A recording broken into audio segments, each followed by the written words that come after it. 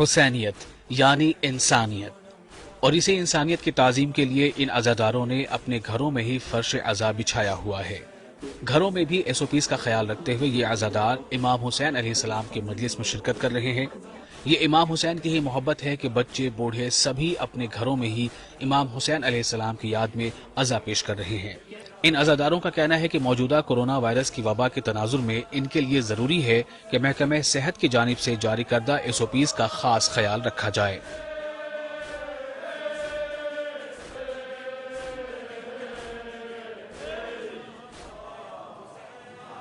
مراجع کرام نے بھی اسی اصول کے تحت طبی ضروریات کو مد نظر رکھتے ہوئے فتاویٰ جاری کیے ہیں تاکہ ہم اپنی اور دوسرے لوگ جو ہے دوست احباب ان کی صحتیابی کی فکر کریں۔ محرم کی مجلسیں جو ہم کرتے تھے تو ان میں ابھی جو چھوٹی چھوٹی جو مجالس ہوتی تھی وہ پراپر ایس او پیز کے چلتے ہو رہی ہے، لیکن جو ابھی بڑی اجتماعات ہوتے تھے وہ ابھی اوریٹرز نے آن لائن کی ہے۔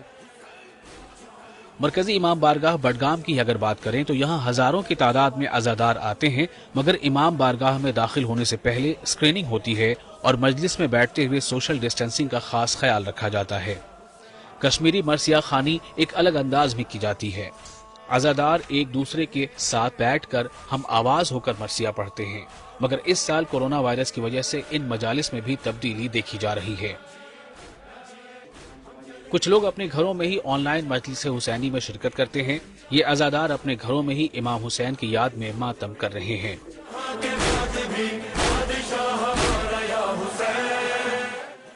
لوگ امام باڑوں و دیگر رضا خانوں کے بجائے گھروں میں ہی ان مجالس میں حصہ لے رہے ہیں اور امام حسین علیہ السلام کو یاد کر کے ان کو خراج عقیدت پیش کر، کیونکہ اس وقت جو پوری دنیا ہے وہ کرونا وائرس کی لپیٹ میں آ چکی ہے، تو پورا ایس او پیز فالو کر کے میں سبھی کو یہ کہنا چاہتا ہوں وہ بھی اپنے گھر میں امام حسین علیہ السلام کو اچھے سے عقیدت پیش کرے اور اپنی جان بچائے اور دوسروں کی بھی جان بچائے۔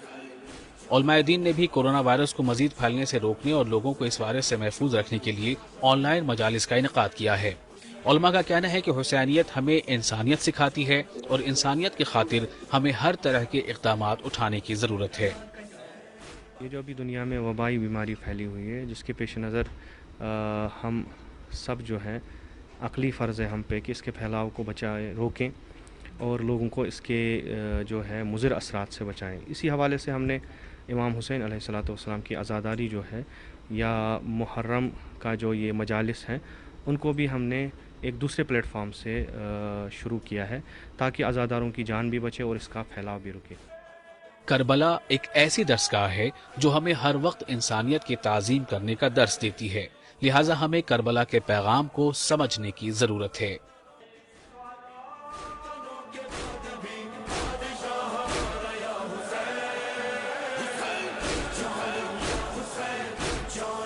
محرم میں تھوڑی سی تبدیلی آئی ہے، جس طریقے سے مرجعی کرام اور دینی علماء نے عزاداروں کو کہا ہے کہ وہ اپنے گھروں میں ہی بیٹھنے کو ترجیح دے، بھیڑ بھاڑ والے علاقوں میں مجلس برپا نہ کرے۔ فی الحال لوگوں نے اپنے گھروں میں ہی مجلس عزا کو برپا کیا ہے اور آن لائن مجلسیں سن رہے ہیں۔ اب ایسے میں عزاداروں پر ایک بہت بڑی ذمہ داری عائد ہوتی ہے کہ وہ ایس او پیز کو فالو کرے اور اس مہلک بیماری سے اپنے آپ کو بھی بچائے اور باقی لوگوں کو بھی بچائے۔ یہی انسانیت کا پیغام ہے، یہی امام حسین کا پیغام ہے۔ سمیع اللہ، نیوز 18 اردو، بڈگام۔